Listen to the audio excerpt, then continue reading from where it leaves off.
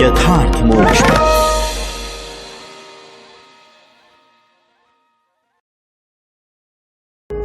यथार्थ मोक्ष प्रस्तुत कर रहा है अतुल्य संपूर्ण महाभारत। श्री महाभारतम आदि पर्व अनुक्रमणिका पर्व प्रथम अध्याय।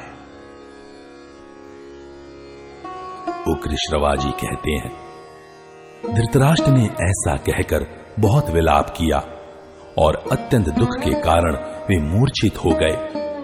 फिर होश में आकर कहने लगे। धृतराष्ट्र ने कहा, संजय, युद्ध का यह परिणाम निकलने पर अब मैं अविलंब अपने प्राण छोड़ना चाहता हूं। अब जीवन धारण करने का कुछ भी फल मुझे दिखलाई नहीं देता।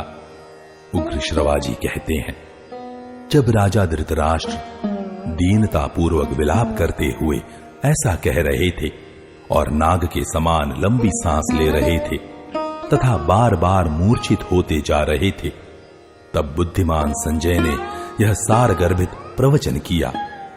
संजय ने कहा, महाराज, आपने परम ज्ञानी देवर्षि नारद एवं महर्षि व्यास के मुख से महान उत्साह से युक्त एवं परम पराक्रमी नृपतियों का चरित्र श्रवण किया है।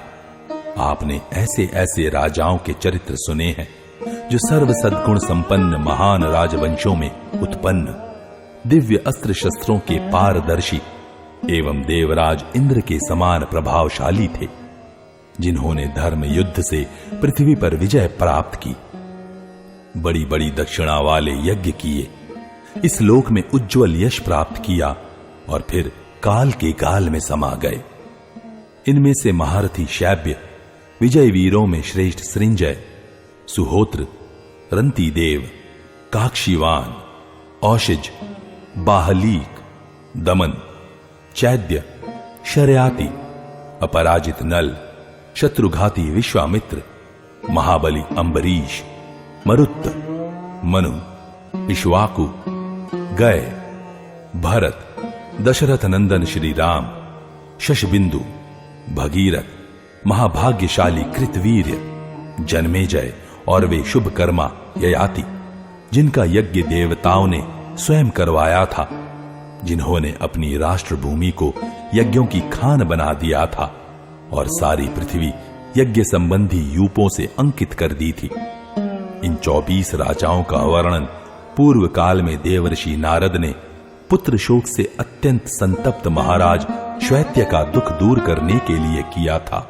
महाराज, पिछले युग में इन राजाओं के अतिरिक्त दूसरे और बहुत से महारथी, महात्मा, शौर्य, वीर्य आदि सद्गुणों से संपन्न परम पराक्रमी राजा हो गए हैं, जैसे पुरु, कुरु, यदु, शूर, महातेजस्वी विश्वगश्व, अणुह, युवनाश्व, ककुत्स्थ, पराक्रमी रघु, विजय, वीतिहोत्र, अंग, भव, श्वेत, बृहद्गुरु, उशिनर, शतरथ, कंक, दुलिदुह, द्रुम, दंभोदव, पर, वेन, सगर, संकृति, निमि, अजेय, परशु, पुंड्र, शंभु, निष्पाप, देवावृद्ध, देवाहव्य, सुप्रतिम, सुप्रतीक, बृहद्रथ, महान उत्साही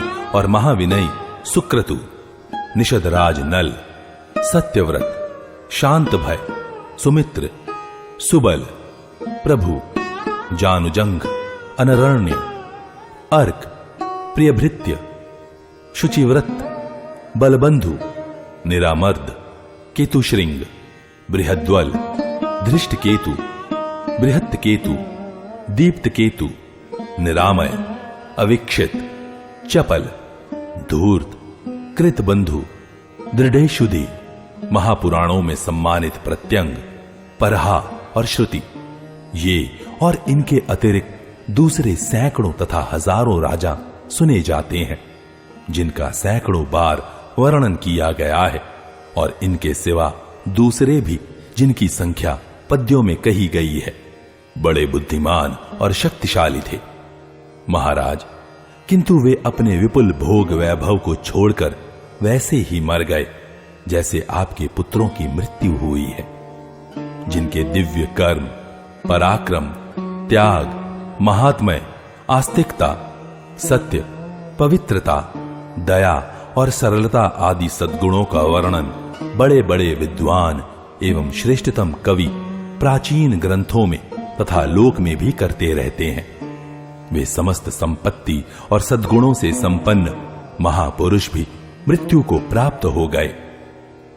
आपके पुत्र दुर्योधन आदि तो दुरात्मा, क्रोध से जले भुने, लोभी एवं अत्यंत दुराचारी थे।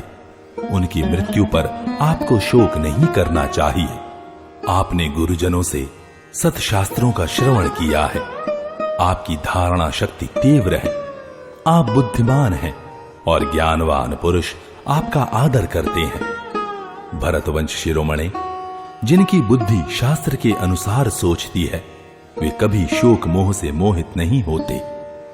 महाराज, आपने पांडवों के साथ निर्दयता और अपने पुत्रों के प्रति पक्षपात का जो बर्ताव किया है वह आपको विदित ही है। इसलिए अब पुत्रों के जीवन के लिए आपको अत्यंत व्याकुल नहीं होना चाहिए। होनहार ही ऐसी थी, इसके लिए आपको शोक नहीं करना चाहिए। भला इस सृष्टि में ऐसा कौन सा पुरुष है जो अपनी बुद्धि की विशेषता से होनहार मिटा सके। अपने कर्मों का फल अवश्य ही भोगना पड़ता है। यह विधाता का विधान है, इसको कोई टाल नहीं सकता। जन्म, मृत्यु और सुख दुख सबका मूल कारण काल ही है। काल ही प्राणियों की सृष्टि करता है और काल ही समस्त प्रजा का संहार करता है। फिर प्रजा का संहार करने वाले उस काल को महाकाल स्वरूप परमात्मा ही शांत करता है। संपूर्ण लोकों में यह काल ही शुभ अशुभ सब पदार्थों का करता है। काल ही संपूर्ण प्रजा का संहार करता है और वही पुनः सबकी सृष्टि भी करता है। जब सुषुप्ति अवस्था में सब इंद्रियां और मनोवृत्तियां लीन हो जाती हैं, तब भी यह काल जागता रहता है। काल की गति का कोई उल्लंघन नहीं कर सकता। वह संपूर्ण प्राणियों में समान रूप से बेरोक टोक अपनी क्रिया करता रहता है। इस सृष्टि में जितने पदार्थ हो चुके हैं, भविष्य में होंगे और इस समय वर्तमान है, वे सब काल की रचना है। ऐसा समझकर आपको अपने विवेक का परित्याग नहीं करना चाहिए। उग्र श्रवाजी कहते हैं, सूतवंशी संजय ने यह सब कहकर पुत्र शोक से व्याकुल नरपति धृतराष्ट्र को समझाया, बुझाया और उन्हें स्वस्थ किया। इसी इतिहास के आधार पर श्री कृष्ण द्वैपायन ने इस परम पुण्यमय उपनिषद रूप महाभारत का निरूपण किया। विद्वज्जन लोक में और श्रेष्ठतम कवि पुराणों में सदा से इसी का वर्णन करते आए हैं। महाभारत का अध्ययन अंतःकरण को शुद्ध करने वाला है। जो कोई श्रद्धा के साथ इसके किसी एक श्लोक के एक पाद का भी अध्ययन करता है, उसके सब पाप संपूर्ण रूप से मिट जाते हैं। इस ग्रंथ रत्न में शुभ कर्म करने वाले देवता, देवर्षि, निर्मल ब्रह्म ऋषि, यक्ष और महानागों का वर्णन किया गया है। इस ग्रंथ के मुख्य विषय हैं स्वयं सनातन पर ब्रह्म स्वरूप वासुदेव भगवान श्री कृष्ण। उन्हीं का इसमें संकीर्तन किया गया है। वे ही सत्य, ऋत, पवित्र एवं पुण्य है। वे ही शाश्वत पर ब्रह्म है और वे ही अविनाशी सनातन ज्योति है। मनीषी पुरुष उन्हीं की दिव्य लीलाओं का संकीर्तन किया करते हैं। उन्हीं से असत, सत तथा सदसत उभय रूप संपूर्ण विश्व उत्पन्न होता है। उन्हीं से संतति, प्रवृत्ति, जन्म मृत्यु तथा पुनर्जन्म होते हैं। इस महाभारत में जीवात्मा का स्वरूप भी बतलाया गया है एवं जो सत्व, रज, तम इन तीनों गुणों के कार्य रूप 5 महाभूत हैं, उनका तथा जो अव्यक्त प्रकृति आदि के मूल कारण परम ब्रह्म परमात्मा है, उनका भी भलीभांति निरूपण किया गया है। ध्यान योग की शक्ति से संपन्न जीवन मुक्त यतिवर दर्पण में प्रतिबिंब के समान अपने हृदय में अवस्थित उन्हीं परमात्मा का अनुभव करते हैं। जो धर्मपरायण पुरुष श्रद्धा के साथ सर्वदा सावधान रहकर प्रतिदिन इस अध्याय का सेवन करता है, वह पाप ताप से मुक्त हो जाता है।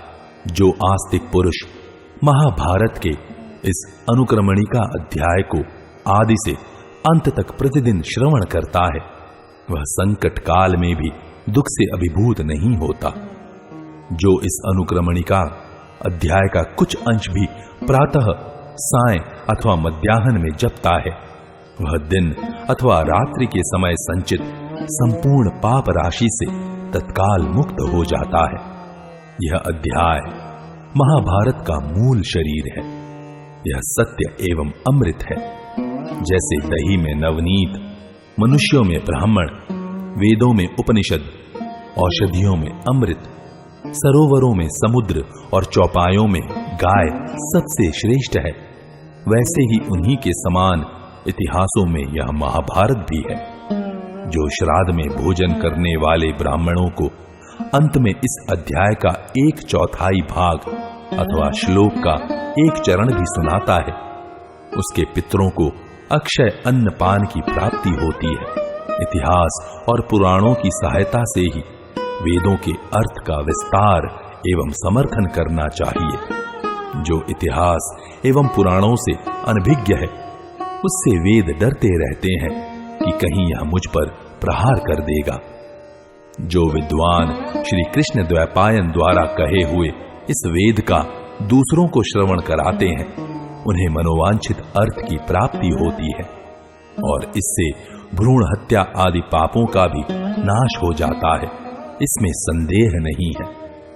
जो पवित्र होकर प्रत्येक पर्व पर इस अध्याय का पाठ करता है, उसे संपूर्ण महाभारत के अध्ययन का फल मिलता है, ऐसा मेरा निश्चय है। जो पुरुष श्रद्धा के साथ प्रतिदिन इस महर्षि व्यास प्रणीत ग्रंथ रत्न का श्रवण करता है, उसे दीर्घ आयु, कीर्ति और स्वर्ग की प्राप्ति होती है। प्राचीन काल में सब देवताओं ने इकट्ठे होकर तराजू के एक पलड़े पर चारों वेदों को और दूसरे पर महाभारत को रखा, परंतु जब यह रहस्य सहित चारों वेदों की अपेक्षा अधिक भारी निकला, तभी से संसार में यह महाभारत के नाम से कहा जाने लगा। सत्य के तराजू पर तौलने से यह ग्रंथ महत्व, गौरव अथवा गंभीरता में वेदों से भी अधिक सिद्ध हुआ है। अतएव महत्ता, भार अथवा गंभीरता की विशेषता से ही इसको महाभारत कहते हैं। जो इस ग्रंथ के निर्वचन को जान लेता है, वह सब पापों से छूट जाता है। तपस्या निर्मल है, शास्त्रों का अध्ययन भी निर्मल है, वर्णाश्रम के अनुसार स्वाभाविक वेदोक्त विधि भी निर्मल है और कष्ट पूर्वक उपार्जन किया हुआ धन भी निर्मल है, किंतु वे ही सब विपरीत भाव से किए जाने पर पापमय है। अर्थात दूसरे के अनिष्ट के लिए किया हुआ तप, शास्त्राध्ययन और वेदोक्त स्वाभाविक कर्म तथा क्लेश पूर्वक उपार्जित धन भी पापयुक्त हो जाता है। इस प्रकार श्री महाभारत आदि पर्व के अंतर्गत अनुक्रमणिका पर्व में पहला अध्याय पूरा हुआ। श्री महाभारतम पर्व संग्रह पर्व दूसरा अध्याय समंत पंचक क्षेत्र का वर्णन, अक्षौहिणी सेना का प्रमाण, महाभारत में वर्णित पर्वों और उनके संक्षिप्त विषयों का संग्रह तथा महाभारत के श्रवण एवं पठन का फल। ऋषि बोले, सूतनंदन, आपने अपने प्रवचन के प्रारंभ में जो समंत पंचक की चर्चा की थी, अब हम उस देश के संबंध में पूर्ण रूप से सब कुछ यथावत सुनना चाहते हैं। उग्र श्रवाजी ने कहा, साधु शिरोमणि विप्रगण, अब मैं कल्याणदायिनी शुभ कथाएं कह रहा हूं, उसे आप लोग सावधान चित्त से सुनिए और इसी प्रसंग में समंत पंचक क्षेत्र का वर्णन भी सुन लीजिए। त्रेता और द्वापर की संधि के समय शस्त्रधारियों में श्रेष्ठ परशुराम जी ने क्षत्रियों के प्रति क्रोध से प्रेरित होकर अनेकों बार क्षत्रिय राजाओं का संहार किया। अग्नि के समान तेजस्वी परशुराम जी ने अपने पराक्रम से संपूर्ण क्षत्रिय वंश का संहार करके समंत पंचक क्षेत्र में रक्त के 5 सरोवर बना दिए। क्रोध से आविष्ट होकर परशुराम जी ने उन रक्त रूप जल से भरे हुए सरोवरों में रक्तांजलि के द्वारा अपने पितरों का तर्पण किया। यह बात हमने सुनी है। तदनंतर ऋचीक आदि पितृगण परशुराम जी के पास आकर बोले, महाभाग राम, सामर्थ्यशाली भृगुवंश भूषण परशुराम, तुम्हारी इस पितृभक्ति और पराक्रम से हम बहुत ही प्रसन्न हैं। महाप्रतापी परशुराम, तुम्हारा कल्याण हो। तुम्हें जिस वर की इच्छा हो हमसे मांग लो। परशुराम जी ने कहा, यदि आप सब हमारे पितर मुझ पर प्रसन्न हैं और मुझे अपने अनुग्रह का पात्र समझते हैं, तो मैंने जो क्रोधवश क्षत्रिय वंश का विध्वंस किया है, इस कुकर्म के पाप से मैं मुक्त हो जाऊं और ये मेरे बनाए हुए सरोवर पृथ्वी में प्रसिद्ध तीर्थ हो जाएं। यही वर मैं आप लोगों से चाहता हूं। तदनंतर ऐसा ही होगा, यह कहकर पितरों ने वरदान दिया। साथ ही अब बचे खुचे क्षत्रिय वंश को क्षमा कर दो, ऐसा कहकर उन्हें क्षत्रियों के संहार से भी रोक दिया। इसके पश्चात परशुराम जी शांत हो गए। उन रक्त से भरे सरोवरों के पास जो प्रदेश है, उसे ही समंत पंचक कहते हैं। यह क्षेत्र बहुत ही पुण्यप्रद है। जिस चिन्ह से जो देश युक्त होता है और जिससे जिसकी पहचान होती है, विद्वानों का कहना है कि उस देश का वही नाम रखना चाहिए। जब कलियुग और द्वापर की संधि का समय आया, तब उसी समंत पंचक क्षेत्र में कौरवों और पांडवों की सेनाओं का परस्पर भीषण युद्ध हुआ। भूमि संबंधी दोषों से रहित उस परम धार्मिक प्रदेश में युद्ध करने की इच्छा से 18 अक्षौहिणी सेनाएं इकट्ठी हुई थी। ब्राह्मणों, वे सब सेनाएं वहां इकट्ठी हुई और वहीं नष्ट हो गई। द्विजवरों, इसी से इस देश का नाम समंत पंचक पड़ गया। वह देश अत्यंत पुण्यमय एवं रमणीय कहा गया है। उत्तम व्रत का पालन करने वाले श्रेष्ठ ब्राह्मणों, तीनों लोकों में जिस प्रकार उस देश की प्रसिद्धि हुई थी, वह सब मैंने आप लोगों से कह दिया।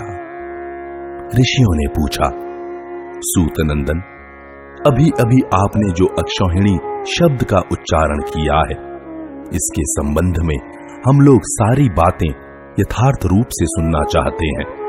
अक्षौहिणी सेना में कितने पैदल, घोड़े, रथ और हाथी होते हैं, इसका हमें यथार्थ वर्णन सुनाइए, क्योंकि आपको सब कुछ ज्ञात है। उग्र श्रवाजी ने कहा, 1 रथ, 1 हाथी, 5 पैदल सैनिक और 3 घोड़े, बस इन्हीं को सेना के मर्मज्ञ विद्वानों ने पत्ती कहा है। इसी पत्ती की तिगुनी संख्या को विद्वान पुरुष सेनामुख कहते हैं। 3 सेनामुखों को 1 गुल्म कहा जाता है। 3 गुल्म का 1 गण होता है। 3 गण की 1 वाहिनी होती है और 3 वाहिनियों को सेना का रहस्य जानने वाले विद्वानों ने प्रीतना कहा है। 3 प्रीतना की 1 चमू, 3 चमू की 1 अनिकिनी और 10 अनिकिनी की एक अक्षौहिणी होती है, यह विद्वानों का कथन है। श्रेष्ठ ब्राह्मणों, गणित के तत्वज्ञ विद्वानों ने एक अक्षौहिणी सेना में रथों की संख्या 21,870 बतलाई है।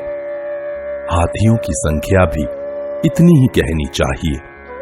निष्पाप ब्राह्मणों, एक अक्षौहिणी में पैदल मनुष्यों की संख्या 1,09,350 जाननी चाहिए।